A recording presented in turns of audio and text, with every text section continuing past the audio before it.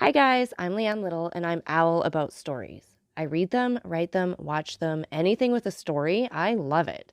I especially love sharing them with other people, and what better way is there than to start with the classics? They're classics for a reason, right? They're amazing stories and absolutely timeless. Don't forget to hit up all those fancy buttons like, subscribe, follow, share, whatever you need to do. But most importantly, don't be afraid to reach out. I would love to connect with you, so feel free to leave any comments as you'd like, or you can even follow me over on my Buy Me a Coffee page, leannelittle.com, to message directly.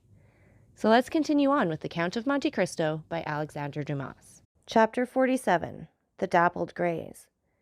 The Baron, followed by the Count, traversed a long series of apartments in which the prevailing characteristics were heavy magnificence and the gaudiness of ostentatious wealth, until he reached the boudoir of Madame Danglars, a small octagonal-shaped room hung with pink satin covered with white Indian muslin.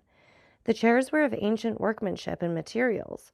Over the doors were painted sketches of shepherds and shepherdesses, after the style and manner of Boucher, and at each side pretty medallions and crayons, harmonizing well with the furnishings of this charming apartment, the only one throughout the great mansion in which any distinctive taste prevailed. The truth was, it had been entirely overlooked in the plan arranged and followed out by Monsieur Danglars and his architect, who had been selected to aid the Baron in the great work of improvement solely because he was the most fashionable and celebrated decorator of the day.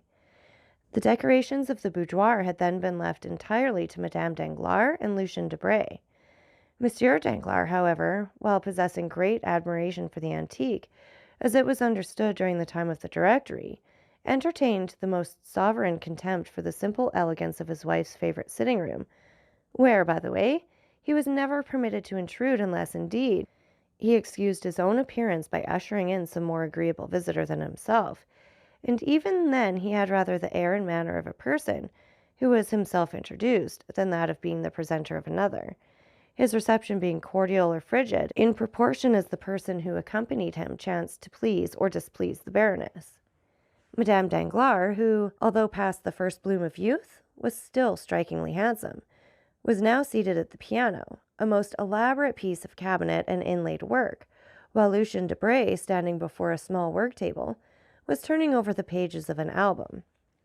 Lucien had found time, preparatory to the Count's arrival, to relate many particulars respecting him to Madame Danglars.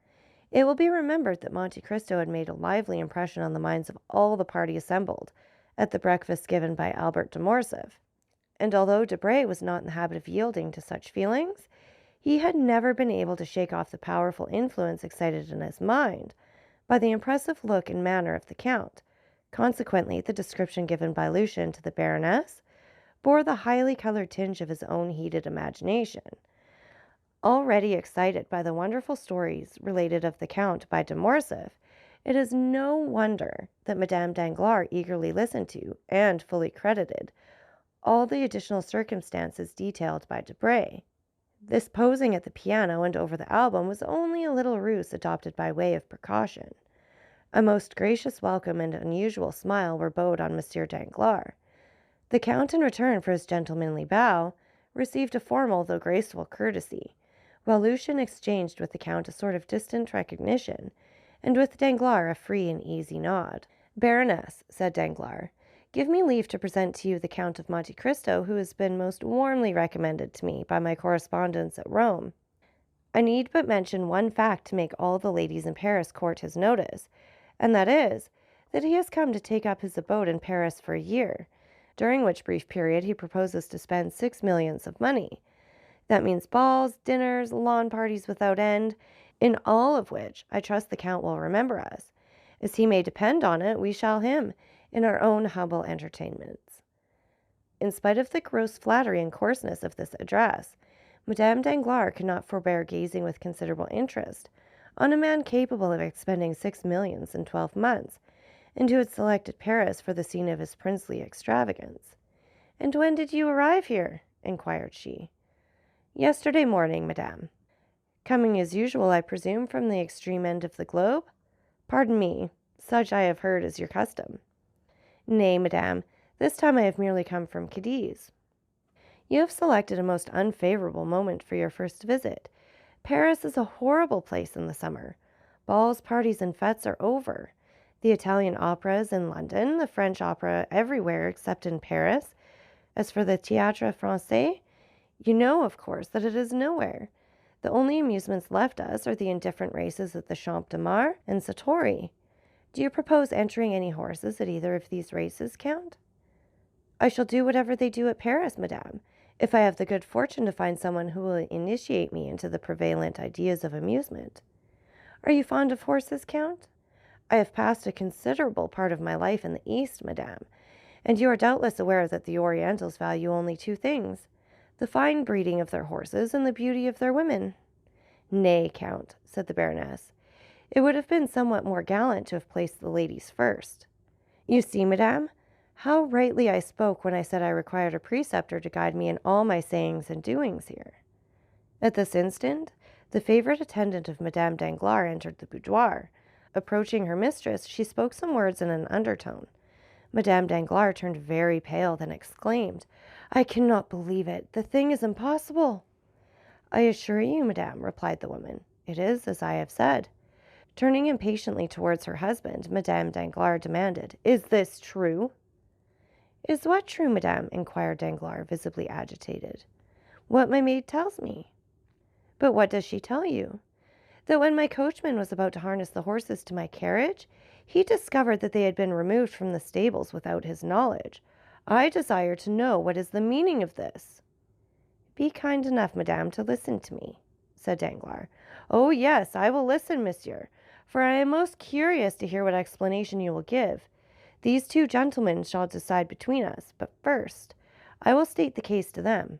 Gentlemen, continued the Baroness, among the 10 horses in the stables of Baron Danglars are 2 that belong exclusively to me, a pair of the handsomest and most spirited creatures to be found in Paris. But to you, at least, Monsieur Debray, I need not give a further description, because to you my beautiful pair of dappled greys were well known. Well, I had promised Madame de Villefort the loan of my carriage to drive tomorrow to the Bois, but when my coachman goes to fetch the greys from the stables, they are gone, positively gone. No doubt Monsieur Danglars has sacrificed them to the selfish consideration of gaining some thousands of paltry francs. Oh, what a detestable crew they are, these mercenary speculators. Madame, replied Danglars, the horses were not sufficiently quiet for you. They were scarcely 4 years old, and they made me extremely uneasy on your account. Nonsense, retorted the Baroness.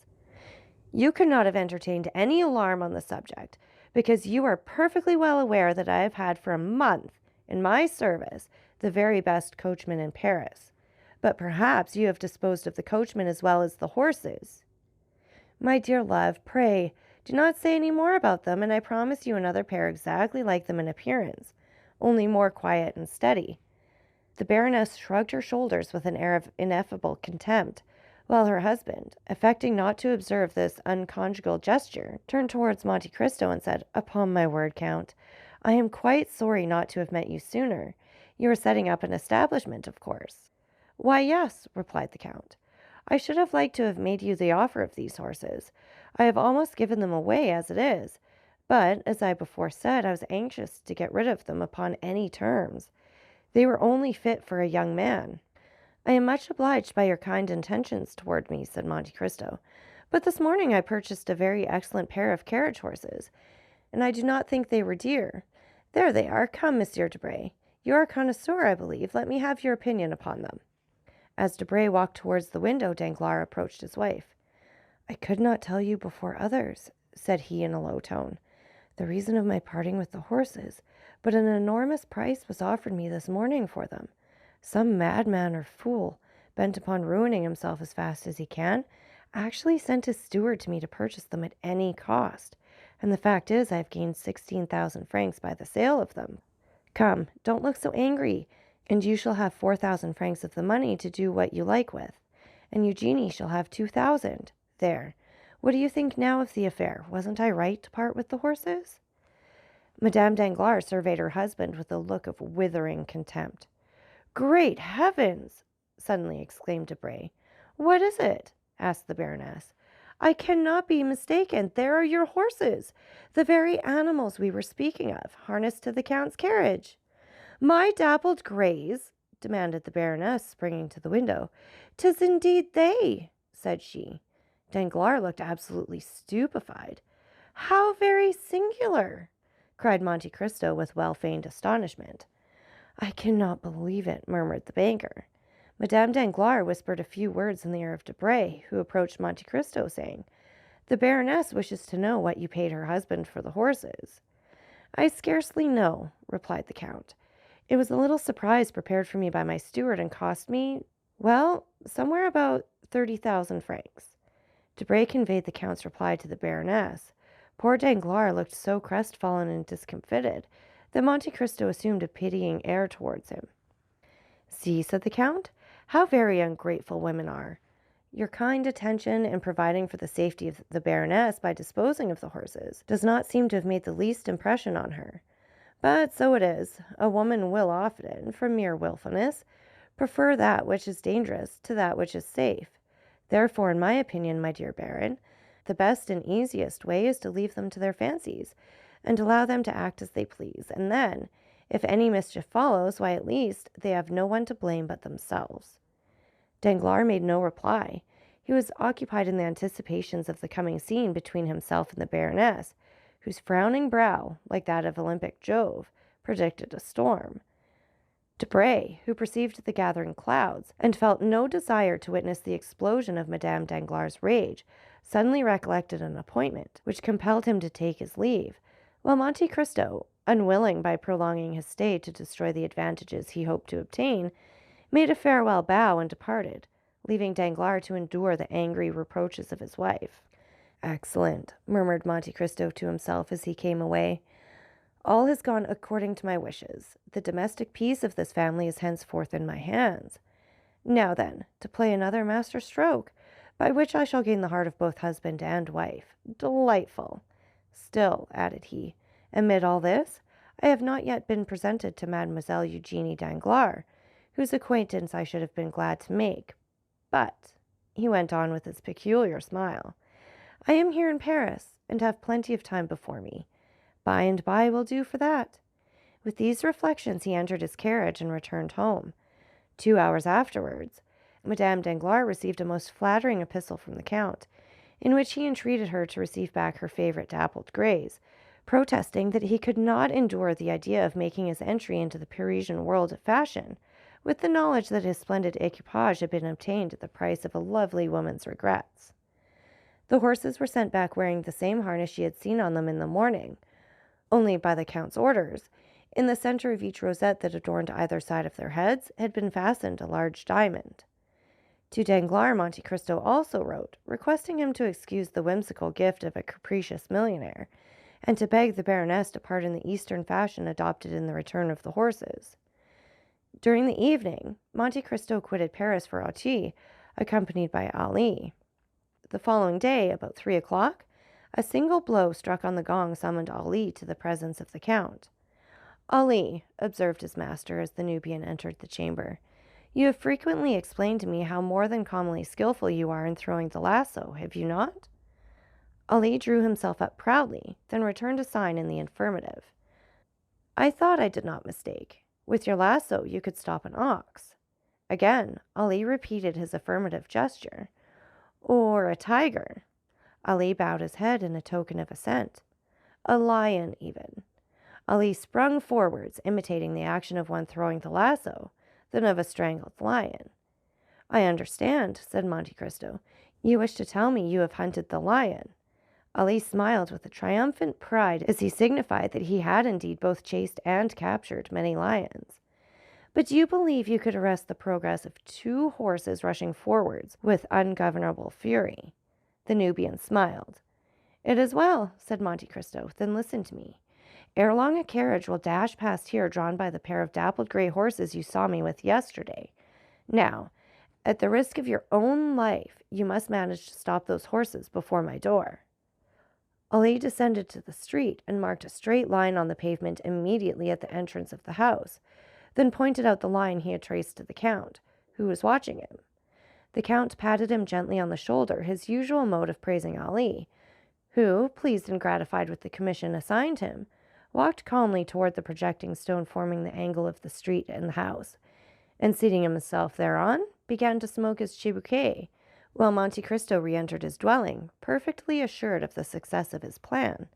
Still, as 5 o'clock approached and the carriage was momentarily expected by the Count, the indication of more than common impatience and uneasiness might be observed in his manner.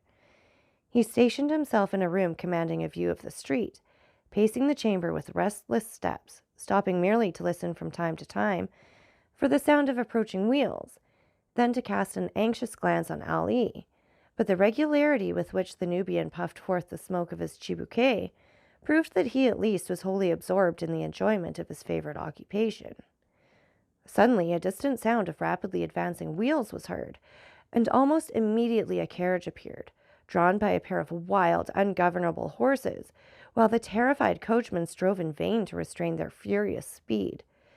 In the vehicle was a young woman and a child, about 7 or 8, clasped in each other's arms.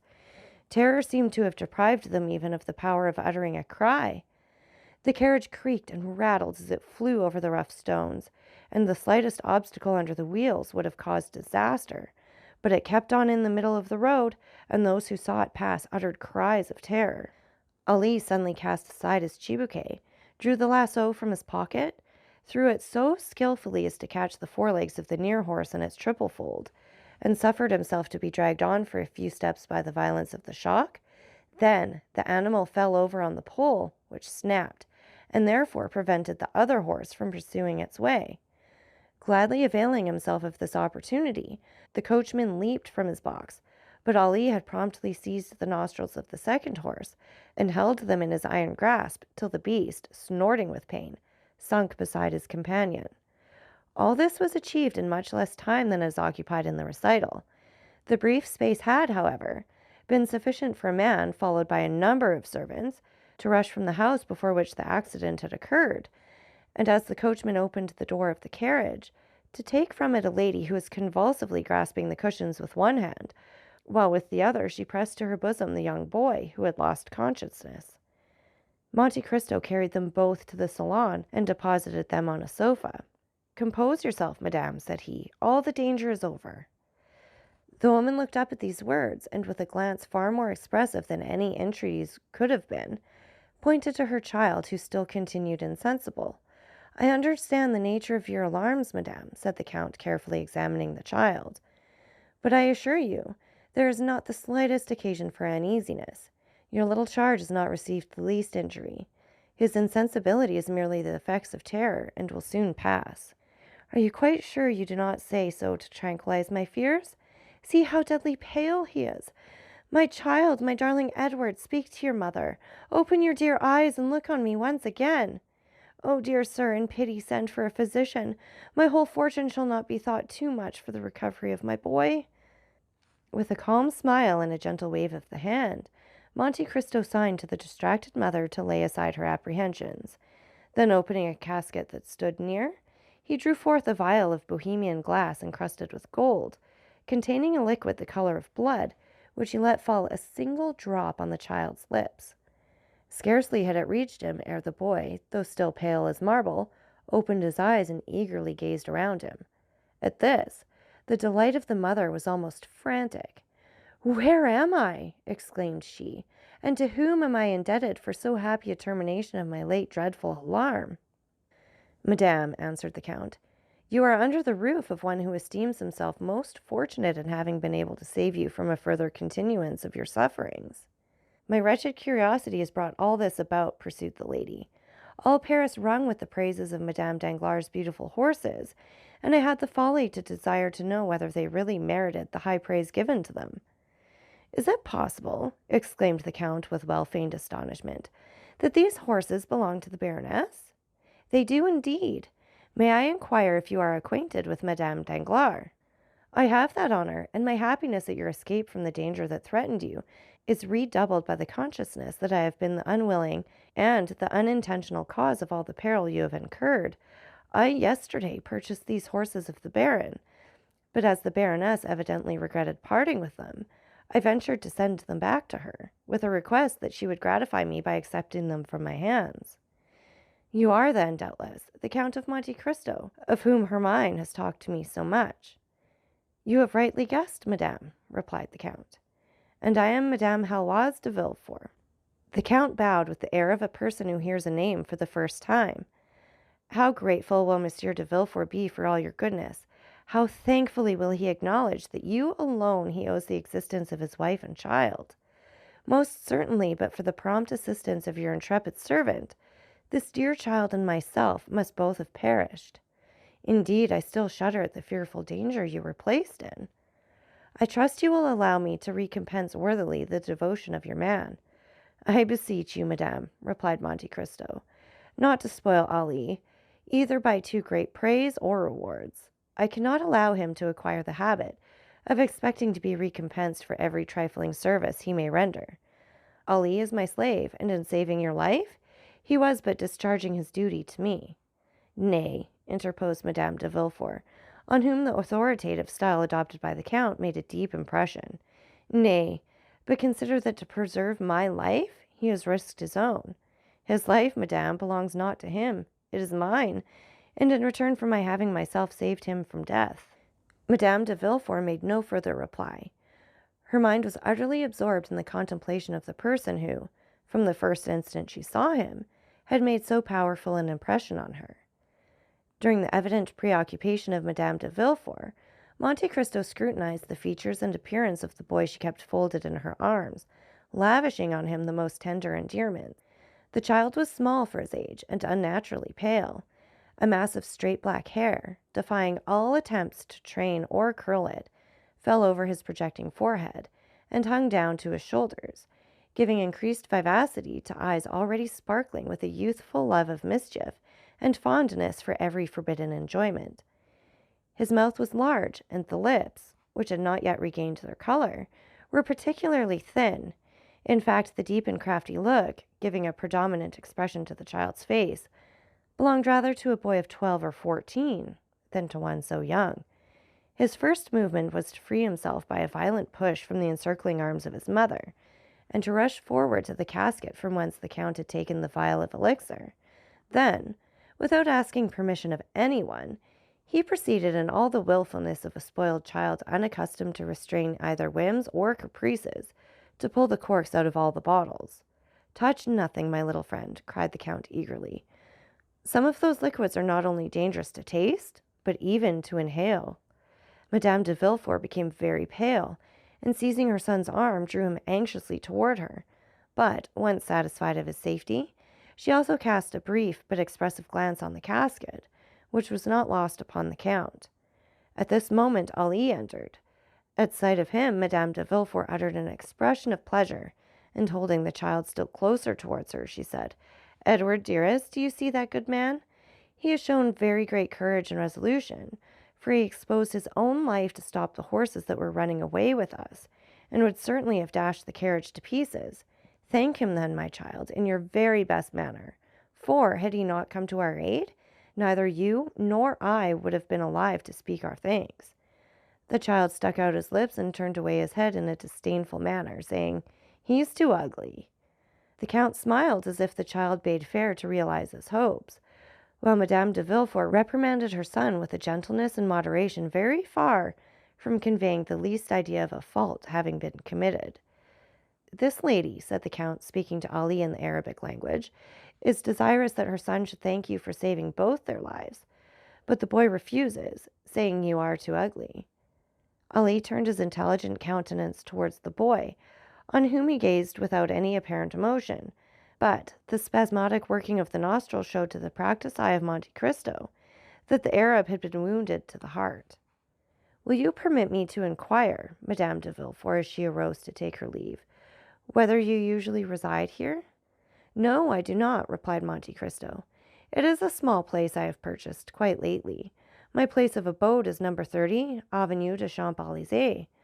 But I see you have quite recovered from your fright, and are, no doubt, desirous of returning home.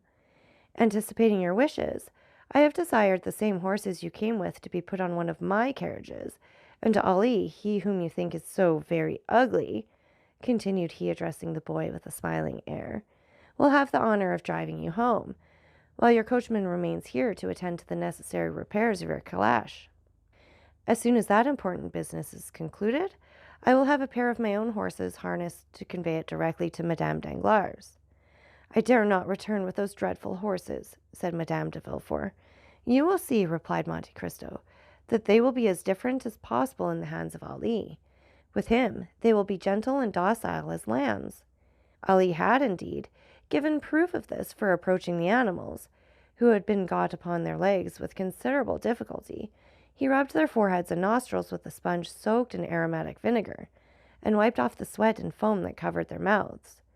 Then, commencing a loud whistling noise, he rubbed them well all over their bodies for several minutes.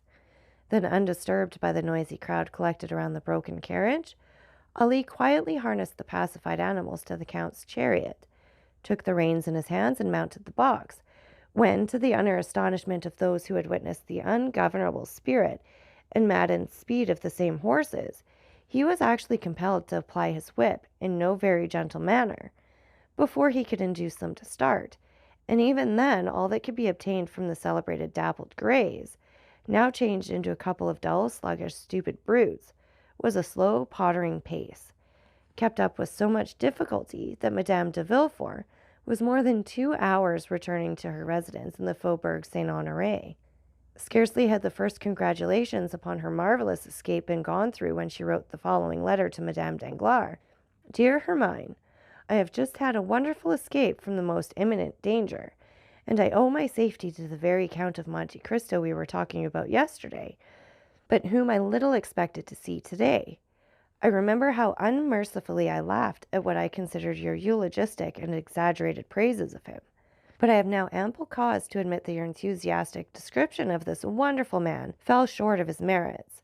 Your horses got as far as Ranelagh, when they darted forward like mad things, and galloped away at so fearful a rate that there seemed no other prospect for myself and my poor Edward but that of being dashed to pieces against the first object that impeded their progress, when a strange-looking man, an Arab, a Negro, or a Nubian, at least a black of some nation or another, at a signal from the Count, whose domestic he is, suddenly seized and stopped the infuriating animals, even at the risk of being trampled to death himself, and certainly he must have had a most wonderful escape. The Count then hastened to us, and took us into his house, where he speedily recalled my poor Edward to life. He sent us home in his own carriage. Yours will be returned to you tomorrow. You will find your horses in bad condition. From the results of this accident, they seem thoroughly stupefied, as if sulky and vexed at having been conquered by man. The Count, however, has commissioned me to assure you that 2 or 3 days' rest, with plenty of barley for their sole food during that time, will bring them back to as fine, that is, as terrifying a condition as they were in yesterday. Adieu. I cannot return you many thanks for the drive of yesterday, but after all I ought not blame you for the misconduct of your horses, more especially as it procured me the pleasure of an introduction to the Count of Monte Cristo, and certainly that illustrious personage, apart from the millions he is said to be so very anxious to dispose of, seemed to me one of those curiously interesting problems I, for one, delight in solving at any risk, even if it were to necessitate another drive to the Bois behind your horses. Edward endured the accident with miraculous courage. He did not utter a single cry, but fell lifeless into my arms, nor did a tear fall from his eyes after it was over. I doubt not you will consider these praises the result of blind maternal affection, but there is a soul of iron in that delicate, fragile body. Valentine sends many affectionate remembrances of your dear Eugenie.